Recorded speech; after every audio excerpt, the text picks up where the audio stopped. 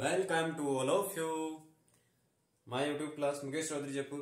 आज की क्लास में मैथमेटिक्स की जिसमें नंबर सिस्टम की सीरीज चल रही थी। नंबर सिस्टम के अंतर्गत अभाज्य गुणनखंडों की संख्या की पावर स्ट्रेम के बारे में जानकारी आपको दी जा रही थी और पुनरावर्ती भिन्नों के बारे में रिक्रीजिंग डेसिमल के बारे में जानकारी आपको अवेलेबल कराई गई थी।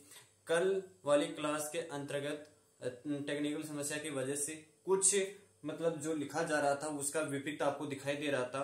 उसका रिवीजन मैं आपको इस क्लास के अंतर्गत करा दूंगा और जो भी नए टॉपिक उसको जोड़ दिया जाएगा।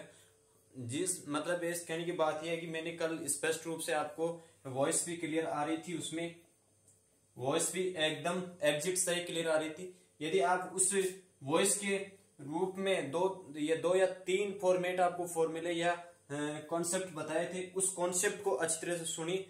वो कॉन्सेप्ट आपको इस क्लास के अंतर्गत में दोहरा दूंगा, जिससे आपका वो भी लेक्चर क्लियर हो जाएगा और इसमें आने वाली जो भी कॉन्सेप्ट है वो भी क्लियर हो जाएगा। तो आज मैं अपनी कड़ी को आगे चलाता हूं। आज लगभग नंबर सिस्टम का एंड हो जाएगा। नंबर सिस्टम का लगभग पूर्ण रूप से आज क्लियर हो जाएगा और जिसमें भी इसमें नंबर सिस्टम में बचती है कुछ भी आगे मेरे को संभावना नहीं लग रही है। अगर आपको कुछ लगता है कि उसमें रह गए तो आप मुझे कमेंट बॉक्स में बता दीजिए, ठीक है। और जिससे कोई भी या त्रुटिपूर्ण दोष पाया जाता है तो आप मुझे अवगत कराए। जिस प्रकार कल वाली समस्या बहुत ही थी, इसलिए उस समस्या का समाधान कर दिया गया। और आज की क्लास के अंतर्गत हम कल क्लास चल रही थी कि कंटिन्यू के अंदर दशमलव पुनरावर्ती भिन्न के अंतर्गत चल रही थी। रिकरिंग डेसिमल के अंतर्गत ये कार्य की पद्धति के उदाहरण चल रहे थे। रिकरिंग डेसिमल इसके अंतर्गत क्या होता है क्या नहीं होता है, मैंने आपको बताया था कि ये डेसिमल होता है, ये दशमलव जो अपने प्रसार को अनंत तक के रूप में करता है, इसका विस्तार अनंत होता है। इसको आप किसी भी प्रकार से किसी भी स्थान या फॉर्मेट को आप चेंज नहीं कर सकते। इसका अवगत रूप से अनंत विस्तार रहता है। इसी प्रकार मैं आपको बताऊं कि इन क्वेश्चनों को हम किस प्रकार से यूटिलाइज के अंतर्गत लाते हैं और क्यों किया जाता है इनका कार्य। तो मैं आपको बताऊं कि यह किस प्रकार से आपको एक उदाहरण के तौर पर आपको समझाऊं कि ये किस प्रकार से कार्य करते हैं।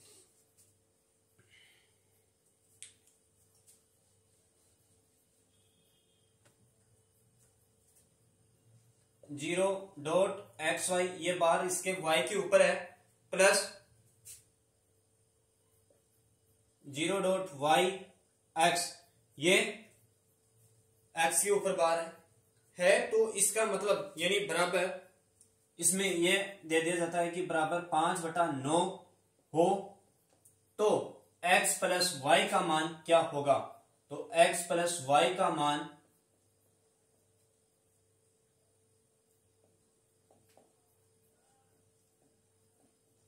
क्या होगा।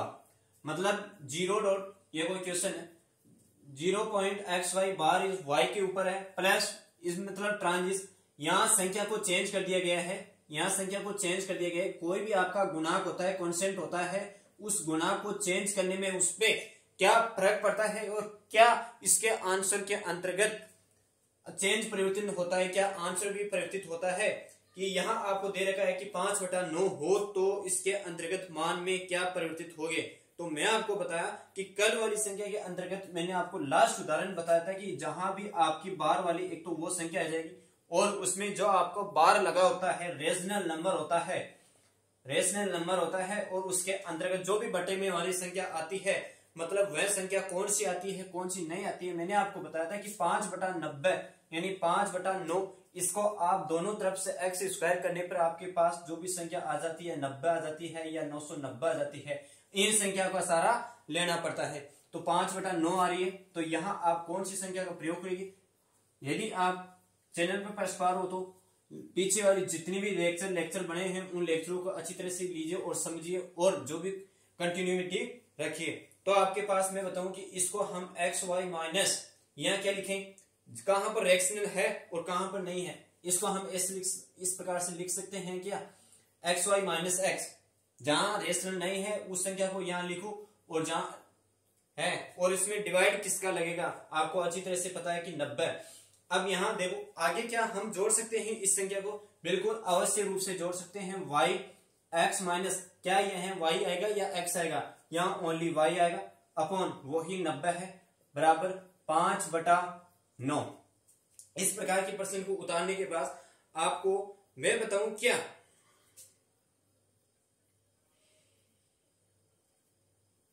इसका ये विस्तार करने पर क्या मैं इस संख्या का 10 गुना या इस संख्या को हम x, आपको पता है कि x एक बराबर जो भी आपके अंत तक संख्या आती है 5/9 5 5 ये संख्या आती है, फिर हम इसको 10x बराबर 0.595959 इस प्रकार से रेशनल कृत और सारणी के रूप में प्रसार कर रहे थे।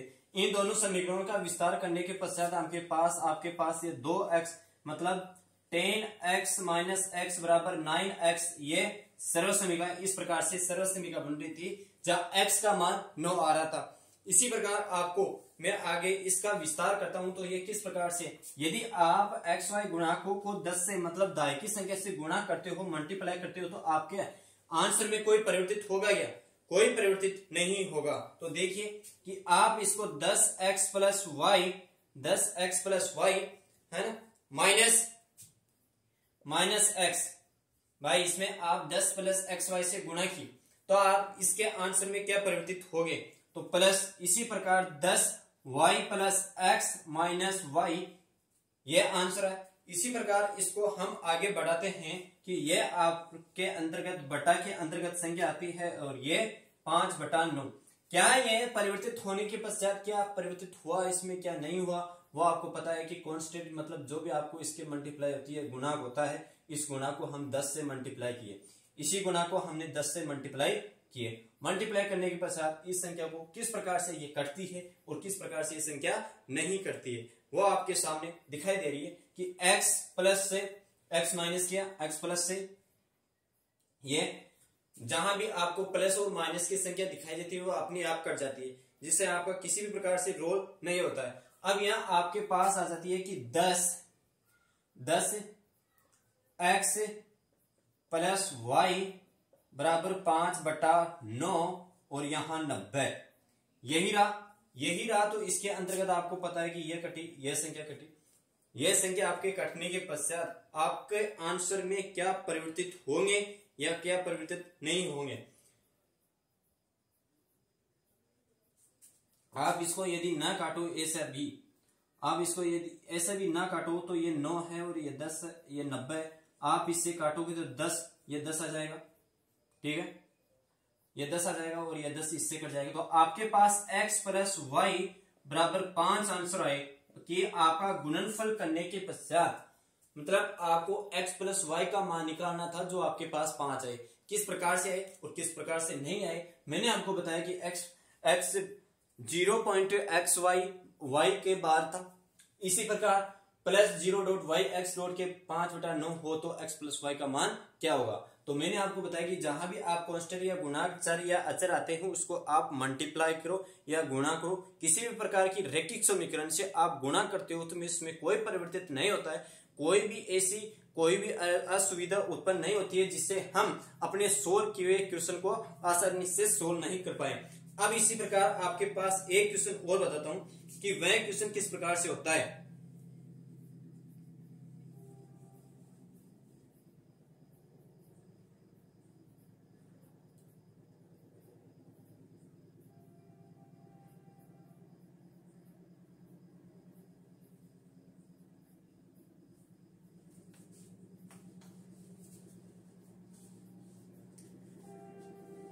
है वो बटे में संख्या है, उस बटे वाली संख्या को हम किस प्रकार से डेसिमल को उठा के और कैसे सोल्व करते हैं उसकी संख्या को हम लिखते हैं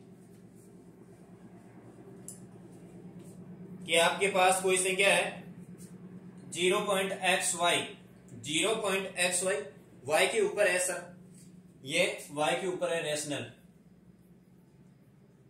रेशनल y के ऊपर है बराबर 7/11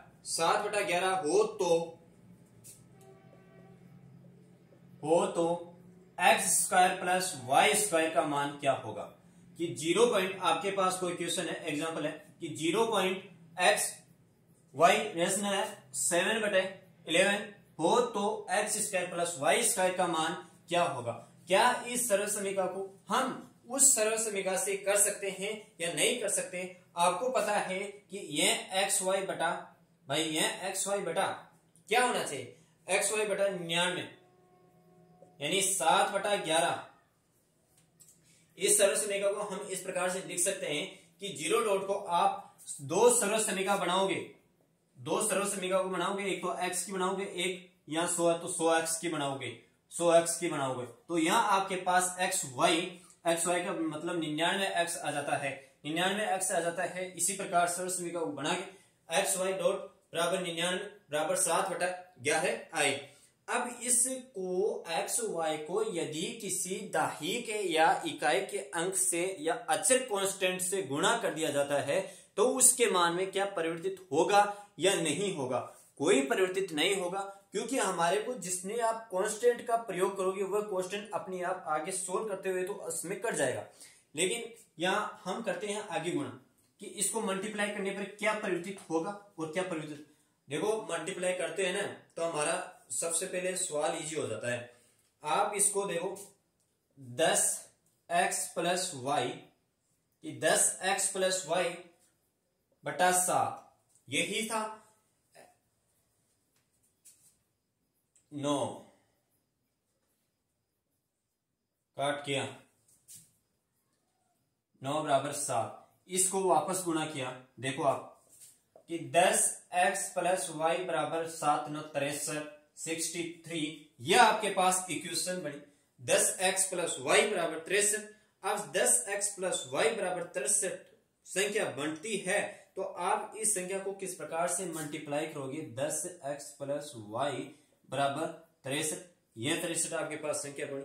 अब इस सरल समीकरण के पास आपको यह दे रखा था कि x square plus Y square, आप इस संख्या का वर्ग करोगे या नहीं करोगे वो आपकी जानकारी है कि 10 गुणा, यहां किससे गुणा हो रहा है, यहां किससे गुणा हो रहा है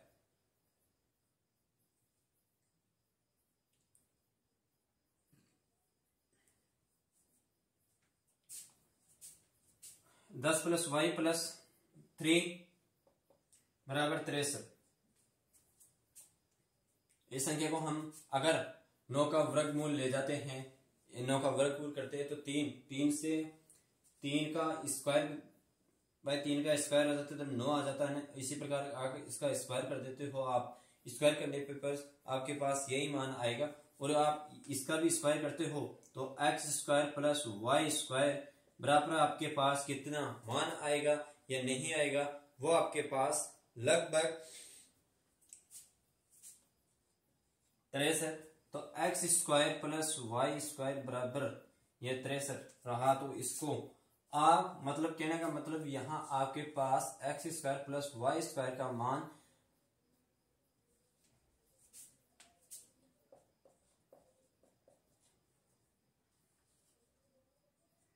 बराबर 63, X square plus Y square का मान 63 आंसर है।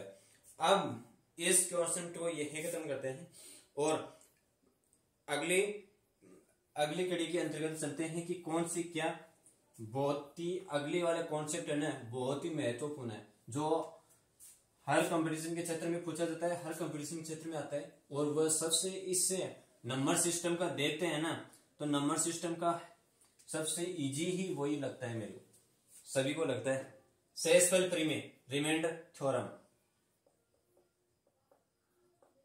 शेषफल परिमेय, अब यह शेषफल परिमेय होता क्या है कि इस शेषफल परिमेय के रूप में किस प्रकार से जानकारी ये इकट्ठा करनी पड़े और क्यों इनका प्रयोग करना पड़ा। शेषफल परिमेय का मतलब यह है कि आपके पास किसी भी संख्या को डिवाइड करते हो या मल्टीप्लाई करते हो या कुछ किसी भी प्रकार से करते हो आप डिवाइड, सबसे मुख्यतः डिवाइड ही करना पड़ता है। उस डिवाइड करने के पश्चात यदि वह संख्या दशमलव में हो, बटे के अंतर्गत संख्या हो, किसी भी प्रकार की संख्या हो, उस संख्या को हम किस प्रकार से उसके शेषफल यदि उस संख्या का भाजक वाली या भाजक जो भी आपका क्वाड्रेटिक इक्वेशन शेषफल भागफल विधि बताई गई थी, उस विधि के अनुसार जिसमें शेषफल बचता है, भाजक बचता है, रिमेन शेषफल मतलब शेषफल रहा, भाजक रहा, भाज्य रहा, ये चीजें थी और भाजकता ये संख्या थी।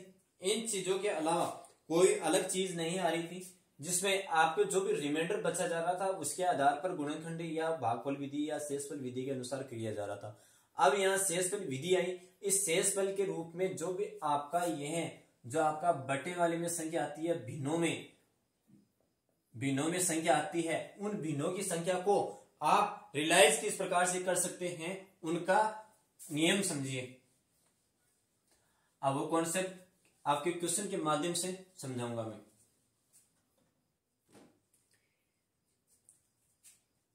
दो की पावर 39 बटा 9 कि 2 की पावर बटा 39 पावर 9 होने पर शेषफल ज्ञात कीजिए।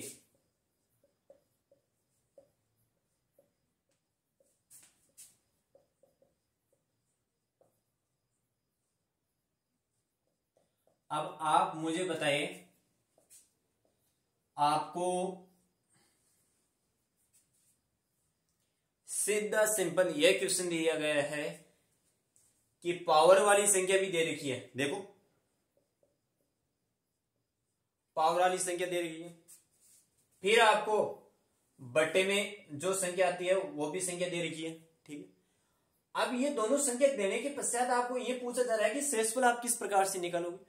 आप तो पता है आपको, और हम भी जानते हैं कि 12 मतलब 144 के अंतर्गत आप 12 का डिवाइड करोगे तो वह पूर्ण रूप से आपको विभाजित हो जाएगी और शेषफल जितना निकलना है वो भी निकल जाएगा, भाजक है वो भी निकल जाएगा, भाज्य है जो भी है वो निकल जाएगा। लेकिन आप ऐसी संख्या होती है उस संख्या के अंतर्गत किसका भाग दोगे आप? क्या आप 2 की पावर 39 के अंतर्गत 9 का भाग दोगे तो किस प्रकार से दो? यदि हम इस संख्या को सरल करके लिखते हैं कि 2 इंटू 2 इंटू 2 इंटू 2 इंटू 2, ये 39 बार आप इस संख्या को इस प्रकार से लिखोगे तो आपका टाइम वेस्ट होगा, एक तो टाइम वेस्ट हो, फिर आप उसके अंतर्गत 9 का भाग दोगे। मतलब इसी जटिलता से दूर पाने के लिए हमने इस समीकरण को किस प्रकार से सोल्व करते हैं उसका आप सीखें कि क्या मैं इस संख्या को 2 की पावर 39 है, इस संख्या को सरल रूप से किस प्रकार से लिखूं या नहीं। क्या 2 की पावर 3, 2 की पावर 3 क्या होगी? यहां 8 होगी। 2 की पावर 3 क्या है? यहां 8 है।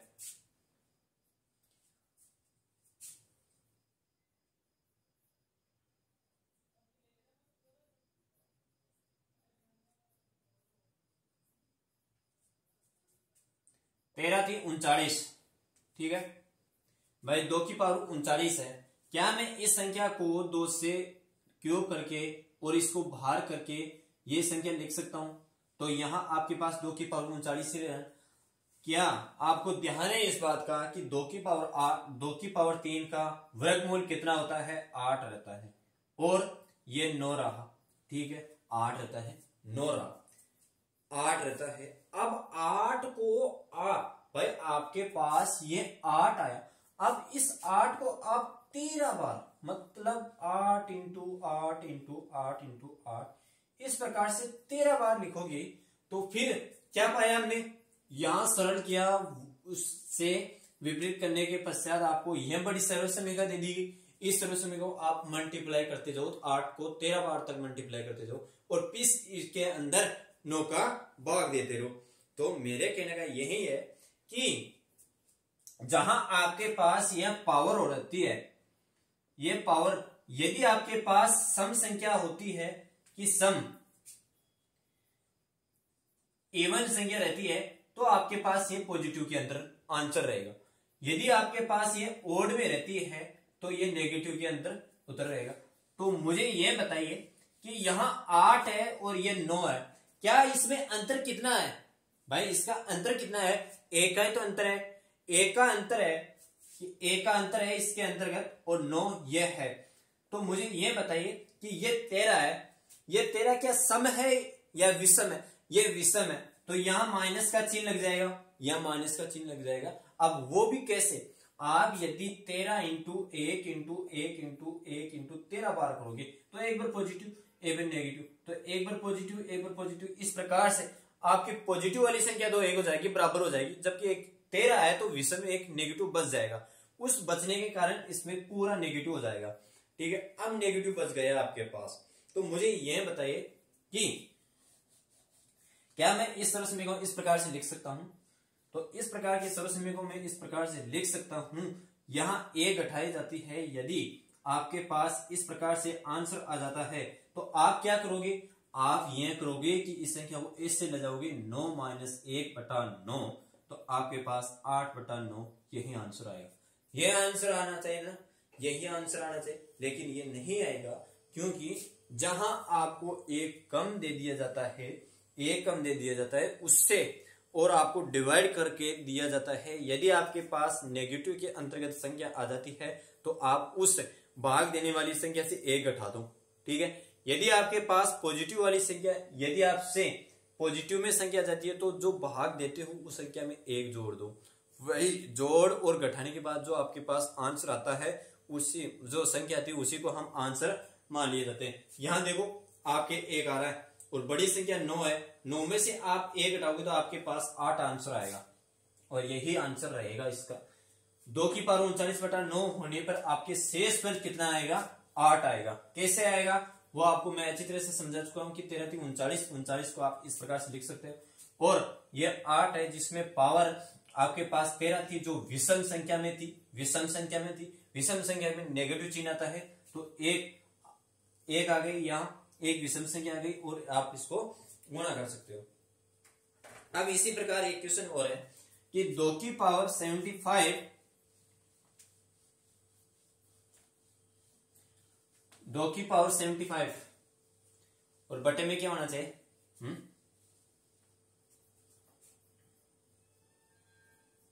2 की पावर 75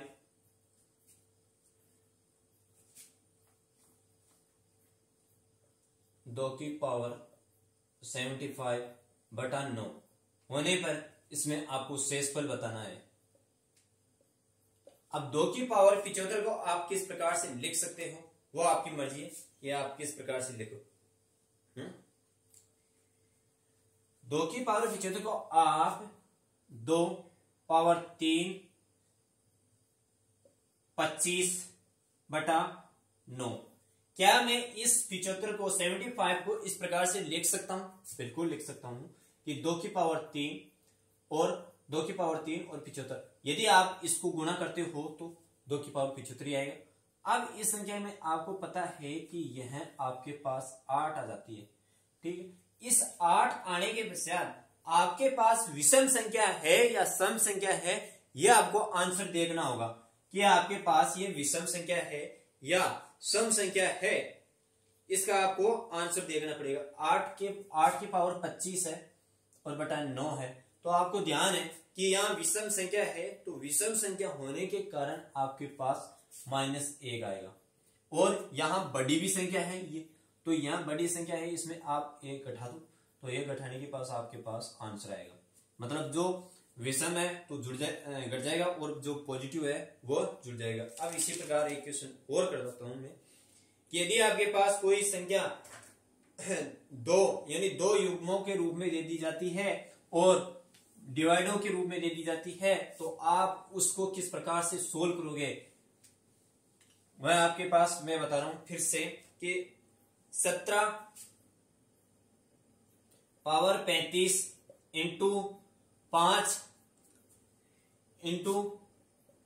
5 की पावर 35 डिवाइड कितना होना चाहिए? डिवाइड कितना होना चाहिए? 84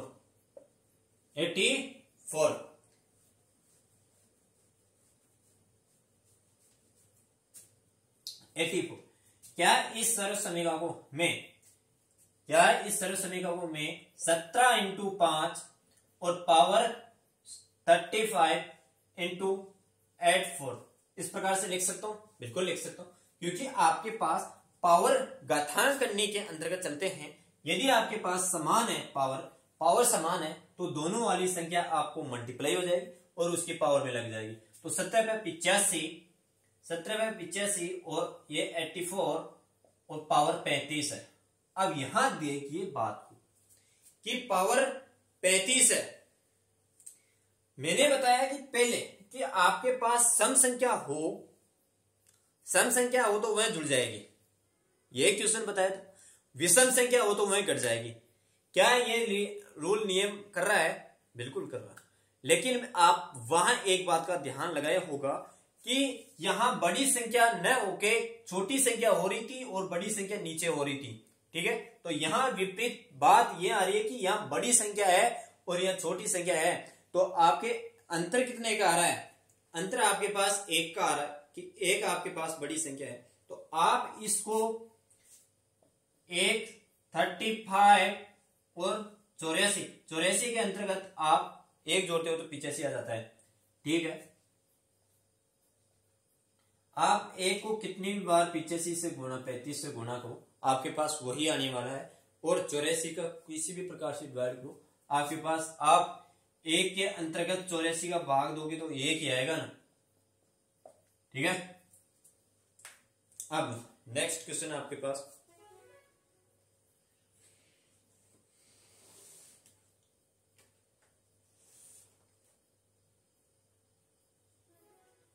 कि 17 की पावर 19 में 18 का भाग देने पर, इतनी देर तो आपको शेषफल पूछा जा रहा था कि इनका भाग, इनका ये करने पर ये भाग दे रहा है, इनका ये करने पर ये भाग दे रहा है, 7 दे रहा था। अब यहां आपको बता रहा है कि आपको संख्या भी देगा और उस संख्या के अंतर्गत भाग संख्या देकर भाग दिलवाएगा कि इस संख्या का भाग देने पर आपके पास क्या शेषफल बचेंगे। ये क्वेश्चन नेक्स्ट इसी चैन में, ये 17 की पावर 19 है, उसके अंतर्गत 17 की पावर 19 है, उसके अंतर्गत आप 18 का भाग दोगे,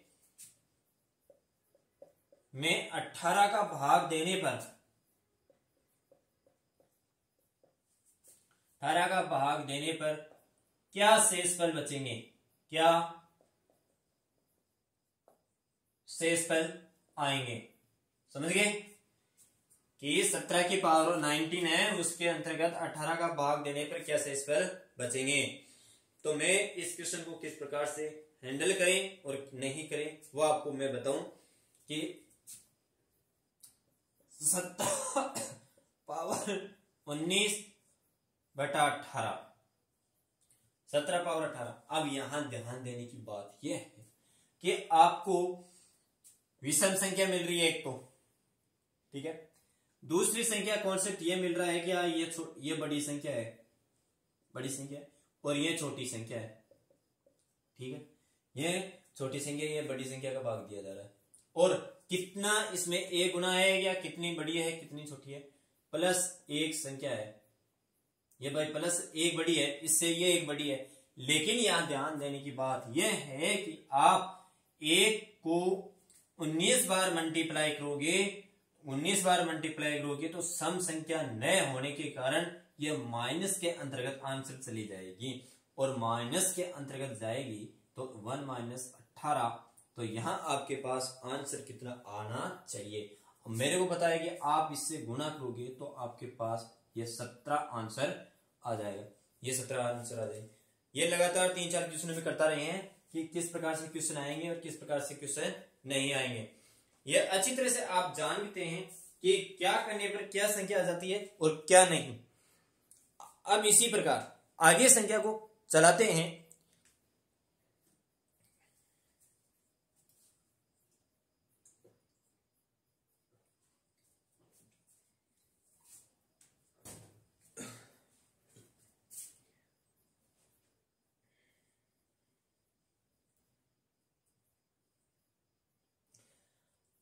अब एक बड़ा उदाहरण लेता हूं थोड़ा सा समझने के लिए, कि आपने बता दिया कि यहां तो छोटी संख्या है, शेषफल एक ही बचता है, तो उसमें ये कर देते हो ये कर देते हो। एक अच्छा और स्वीट उदाहरण है कि 17 की पावर 11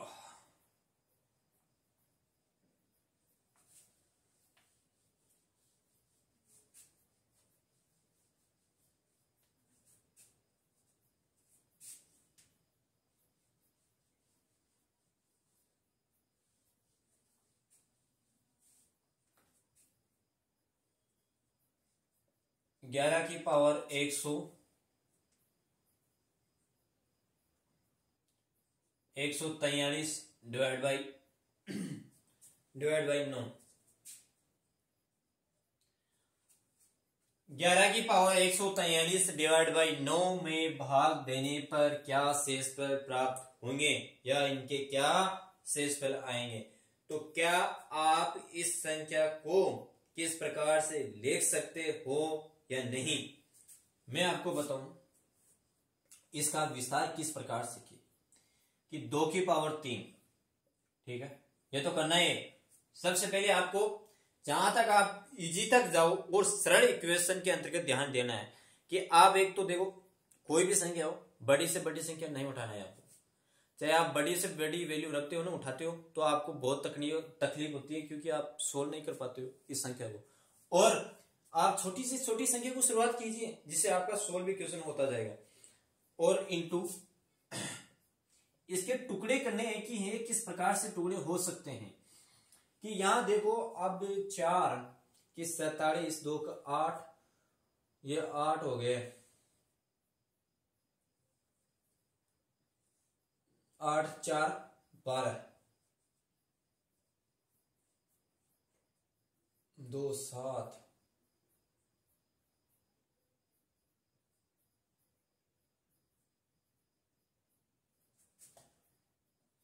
47।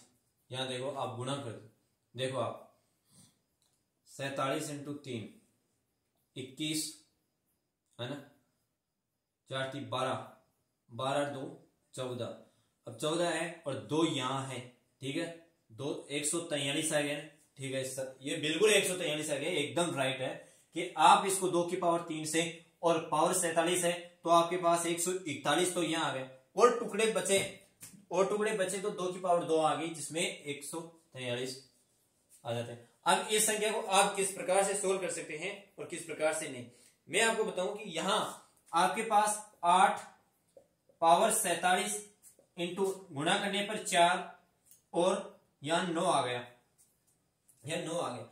अब यहां ध्यान देने की बात यह है कि बड़ी संख्या तो है, देखो ये बड़ी भी संख्या है और ये छोटी संख्या है। कितनी संख्या है, एक छोटी है और यहां विषम संख्या है। विषम संख्या होने के कारण 1/9 इंटू 4 यही रहा इसी सवाल के अंतर्गत यही प्रोसेसिंग रही कि इसके अंतर्गत ये रहा।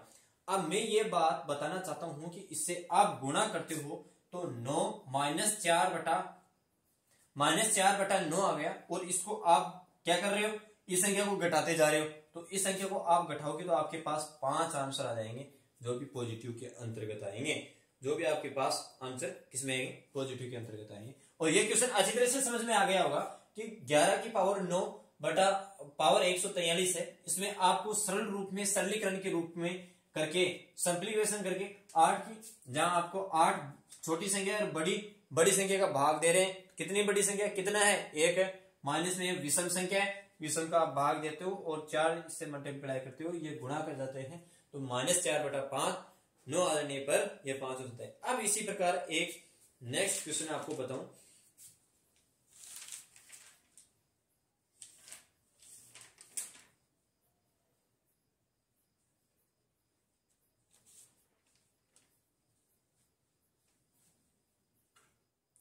कि 2 की पावर 148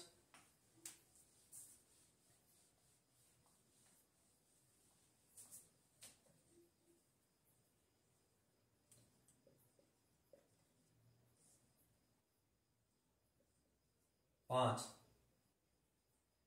पर शेषफल ज्ञात कीजिए। आप इसको शेषफल ज्ञात कराना है। इसको ध्यान देने की बात यह है 76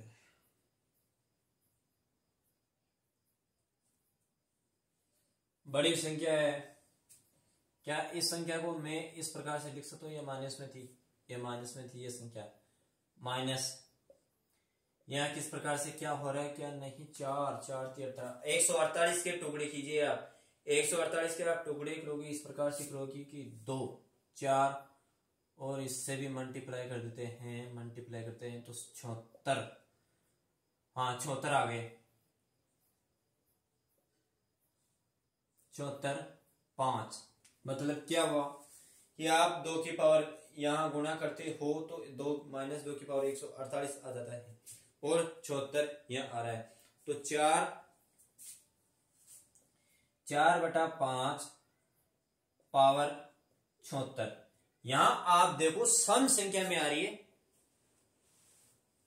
ठीक है, यहां आपके पास सम संख्या में आ रही है और कोई भी परिवर्तित नहीं हो रहा है कि क्या परिवर्तित हुई क्या नहीं। मतलब चीज बात यह है कि यहाँ यदि एक भी कॉन्सेप्ट गलत हो जाता है या एक भी आपको डिजिट अलग दिखता है तो वह पूरा रूल नियम लागू हो जाता है। जहां देखो आप सम संख्या है तो पॉजिटिव के अंतर्गत आना ही आंसर आना चाहिए।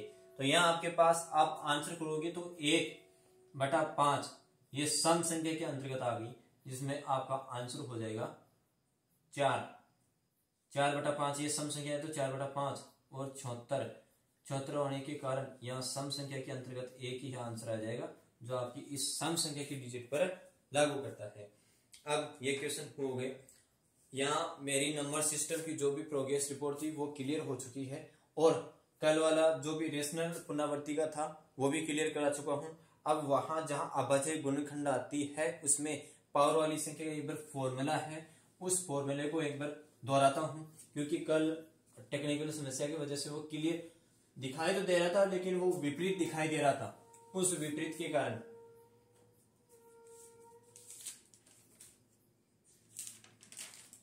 कि अभाज्य गुणनखंडों की संख्या ज्ञात करना, क्या था कि अभाज्य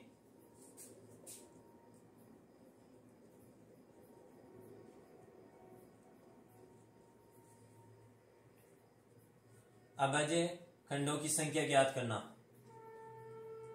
अब अभाज्य खंडों की संख्या किस प्रकार से ज्ञात की जा सकती है? मैंने बताया था कि पावर वाली संख्या के अभाज्य गुणनखंड कि जो भी आपकी पावर आती है वो पावर आती है ना, पावर वाली संख्या का अभाज्य गुणनखंड निकालो। पावर वाली संख्या का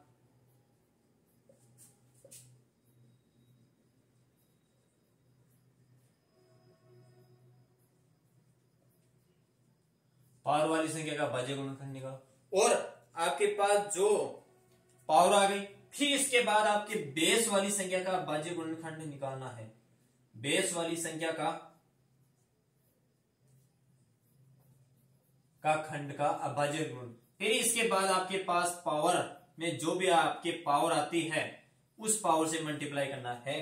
तो अब देखो क्वेश्चन को किस प्रकार से करते हैं कि अभाज्य गुणनखंडों की संख्या किस प्रकार से निकाला जा सकता है। इसको आप पावर वाली संख्या की अभाज्य गुणनखंड निकालो, फिर बेस वाली जो भी आपके बेस दिया होता है उसका गुणनखंड निकालना है, फिर जो पावर उससे मल्टीप्लाई करना है और किस प्रकार से गुणा करना है। मैं आपको बताऊं कि 24 की पावर 18, कल वाला उदाहरण देकर बताता हूं कि 24 की पावर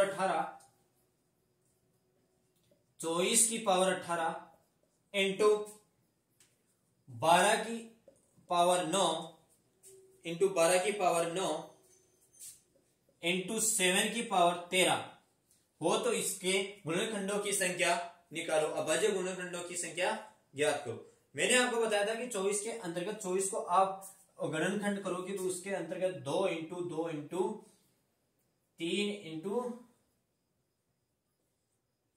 3, इसी प्रकार ये हुआ 24 का हुआ। अब 12 का देखना आपको 2 इंटू 2 इंटू 3। अब 13 का देखना आपके पास 13 यानी 7 का क्या रहा 1 रहा इंटू 7 स्वयं रहा। तो यहां देखो जहां आपका पावर बेस है उस बेस के साथ क्या कॉमन आ रहा है 4 या 2 कॉमन आ रहा है तो 4 इंटू पावर से मल्टीप्लाई करना है प्लस ये प्लस करना है। अब 12 के पावर में क्या है क्या नहीं है वो आपके पास 3 दिखाई दे रहा है कि आपके पास 3 दिखाई दे रहा है कि आपके पास सर 3 है उससे मल्टीप्लाई कीजिए आप।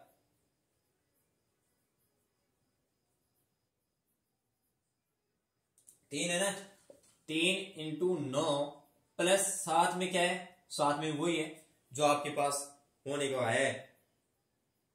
क्या था, यहाँ 1 था, 1 से मल्टीप्लाई अपने स्वयं संख्या से गुणा कर रहा था कि 1 इंटू 7, 7 हो नहीं सकता। 7 क्यों नहीं हो सकता, क्योंकि इसमें भी 7 नहीं है, इसमें भी 7 नहीं है, और एक अभाज्य गुणनखंड इसमें भी आ सकता है, एक अभाज्य गुणनखंड इसमें भी आ सकता है। एक मतलब जहां स प्राइम यानी स अभाज्य गुणनखंड आता है, उसका क्या अर्थ है कि को प्राइम एक तो खुद अपनी की हो आप रही, एक सेल्फ रही, सेल्फ रहेंगी, और एक खुद हर अभाज्य संख्या, एक संख्या है ना, एक डिजिट है ना, हर संख्या के अंतर्गत अभाज्य संख्या के अंतर्गत भी आ जाती है, भाज्य संख्या के अंतर्गत भी आ जाती है।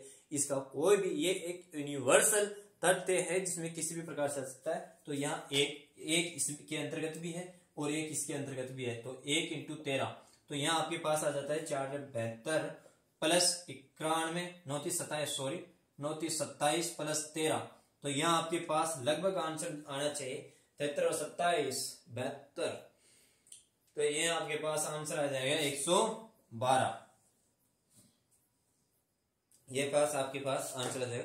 ये कॉन्सेप्ट बचा हुआ था जो आपको मैंने करवा दिया कि इस बेस वाली संख्या का अभाज्य गुणनखंड निकालना है, फिर पावर वाली संख्या से उससे गुणा करना है और उसको जोड़ना है, यही महत्वपूर्ण कार्य है। और जहां आपको इस प्रकार से संख्या न मिले तो आप उससे अभाज्य गुणनखंड का विधि का को प्राइम का प्रयोग करना है, ठीक है। और जहां आपको कॉमन मिले उसी संख्या से गुणा करना है, न कि आप अपनी मन मर्जी के हिसाब से करो। जो आपको प्रश्न में दे रखा है उसी के हिसाब से कीजिए, आप अपनी तरफ से कोई भी चीज ना जोड़िए। यदि हम अपनी तरफ से कोई भी चीज जोड़ते हैं तो उसमें हमारा नुकसान होता है।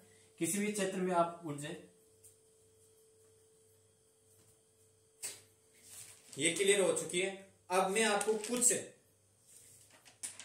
ये नंबर संख्या, प्राकृत संख्या, इनके बारे में कुछ जानकारी देता हूं, जो बोल के ही देता हूं थ्योरी के रूप में, भाई किस प्रकार से आप आंसर। अब प्राकृत संख्या किसे कहते हैं वो आप अच्छी तरह से समझ चुके हैं कि गिनती की संख्या को भी प्राकृत संख्या कहा जाता है, कि आपको जो भी गिनती की प्राकृत संख्या आती है उनको प्राकृत संख्या में कहते हैं। अब यहां एक क्वेश्चन आता है कि प्राकृत संख्या, सबसे छोटी प्राकृत संख्या कौन सी है। प्राकृत संख्या है, इसमें सबसे छोटी कौन सी है, प्राकृत संख्या में सबसे छोटी संख्या है 1, ठीक है। और आपको यह पूछ लिया जाता है किसी भी प्राकृत संख्या में जोड़ने पर,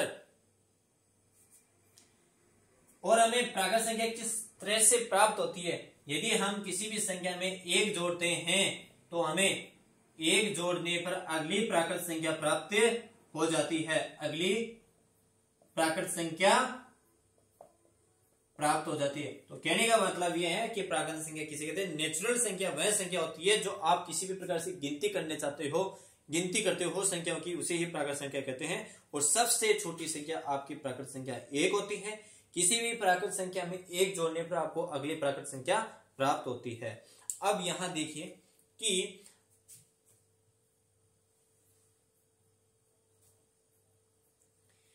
4 लगातार प्राकृत संख्या, यहां एक क्वेश्चन आता है कि कॉन्सेप्ट भी है कि 4 लगातार प्राकृत संख्या हमेशा 24 से विभाजित होती है, कि 4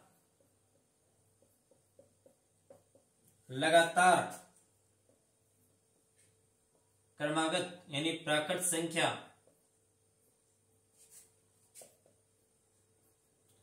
प्राकृत संख्या 24 से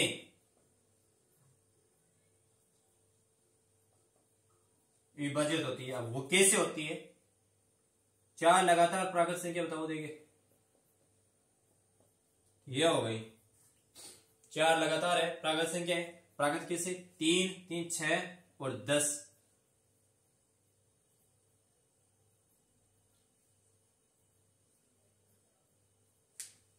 10 हो गई। क्या ये प्राकृत संख्या का विभाजित 24 से विभाजित होती है।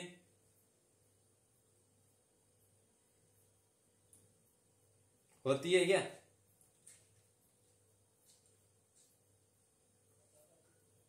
नहीं। इसमें वर्ग दे रखा है शायद कि 4 लगातार वर्गों की संख्या, मतलब 4 लगातार वर्ग कोई संख्या है ना, उनका क्रमागत संख्या 24 से डिवाइड हो सकती है, वह 24 से ही रहती है। इसमें थोड़ा सा करेक्शन है कि लगातार किस प्रकार से संख्या वो योग होती है और किस प्रकार की संख्या नहीं होती है। मैंने आपको जो एपी जीपी नंबर सिस्टम में था उसी क्लास के अंतर्गत बता दिया था कि संख्याएं क्या होती है और संख्या क्या नहीं होती है, उनके रूप में बता चुका था। लेकिन जहां आपको फॉर्मेट के रूप में बता रहा हूं कि कुछ फॉर्मूले आते हैं कि n प्राकृत संख्या का योग, n प्राकृत संख्याओं का योग, प्राकृत संख्याओं का योग का सूत्र क्या आता है, वो आपके पास आता है कि n/+2/2। यही आता है या यह गलत है या सही है? हाँ, ये गलत है या सही है? ये गलत है। क्यों गलत है? यहां आपके पास एक आना चाहिए कि n प्राकृत संख्या का योग किस प्रकार से कर सकते हैं। 1+2+3+4+5 इस प्रकार की अनंत संख्या है। इस प्रकार की संख्या दे दी जाती है तो आप इसके आंसर किस प्रकार से करोगे। तो आपको फॉर्मूला दे दिया जाता है कि n बाई कि आपके पास फॉर्मूला आता है कि n+1/2। इसी प्रकार यह तो किसका n प्राकृत संख्याओं का योग, n प्राकृत संख्याओं का योग। अब यहां दूसरे नेक्स्ट कड़ी में आ जाती है कि n प्राकृत संख्याओं के वर्गों का योग, n प्राकृत संख्याओं के वर्गों का योग। अब वर्गों का योग किस प्रकार से निकालोगे कि भाई आपके n संख्या के वर्गों का योग किस प्रकार से निकालोगे। तो n/n+1 2n+ डिवाइड बाई 10 से मल्टीप्लाई होगा, डिवाइड बाई 10 से मल्टीप्लाई होगा कि n/n+1 2n+n टच है। अब इसी प्रकार n प्राकृत संख्याओं के घनों का योग किस प्रकार से होगा। इसी प्रकार की n प्राकृत संख्याओं के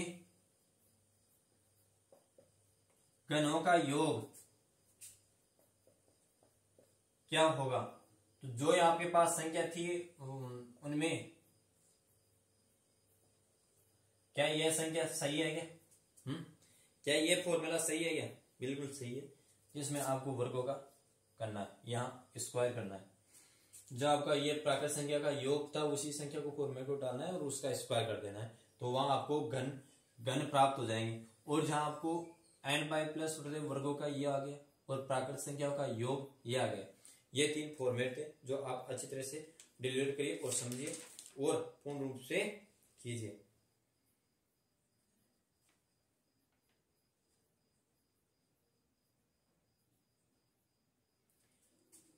तो और सी संख्या और बताता हूं कि संख्या है 1 से लेकर 100 तक अभाज्य संख्या कितनी होती है भाई। 1 से लेकर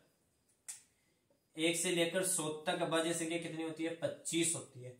25 अभाज्य संख्या होती है, जिसमें आपको मैं विस्तार से बताता हूं कि 1 से लेकर 100 तक तो 25 तक होती है, 25 अभाज्य संख्या होती है। लेकिन आपको यह पूछा जाता है कि कभी कभी 1 से लेकर 25 तक, 25 से लेकर 50 तक, 50 से लेकर 75 तक और 75 से लेकर 100 तक। 1 से लेकर 25 तक अभाज्य संख्या की संख्या कितनी होती है? उनका हमारे को पता है कि 25 होना चाहिए, इन टोटल मिलाकर 25 होना चाहिए। लेकिन 1 से लेकर 25 तक की संख्या में अभाज्य संख्या कितनी होती है? 9 होती है। ठीक है। इसी प्रकार 25 से लेकर 50 की अभाज्य संख्या में कितनी आती है? इसमें लगभग 6 होती है। और 50 से 75 के अंतर्गत 6 और 75 से 100 के अंतर्गत 4 आती है। तो यहाँ 400 देखो 100 16 और 9 25, या टोटल 25 होगी। तो आपको यह भी क्वेश्चन पूछ लिया जाए डायरेक्ट कि 1 से लेकर 25 तक की अभाज्य संख्याओं में कितनी अभाज्य संख्या है? तो आप बताओगे 9। 75 से लेकर 100 तक की अभाज्य संख्या में अभाज्य संख्या बताइए, तो आप बताओगे कि 4 है उसमें। आप बताओगे कि 25 से लेकर 50 तक की संख्या में कितनी अभाज्य संख्या है, तो आप बताओगी कि 6 है। ठीक है। इसी प्रकार से आपके क्वेश्चन और नंबर सीरीज वो क्लियर होती है। और आगे कल वाली क्लास में आपको एलसीएम एचसीएफ के चैप्टर शुरुआत नए चैप्टर की करेंगे। और मैं कहना चाहता हूं कि आप यदि चैनल पर फर्स्ट बार हो तो लाइक और शेयर कीजिए, और किसी भी प्रकार की त्रुटि या कमी पाई जाती है तो आप मुझे कमेंट बॉक्स में अवगत कराएं।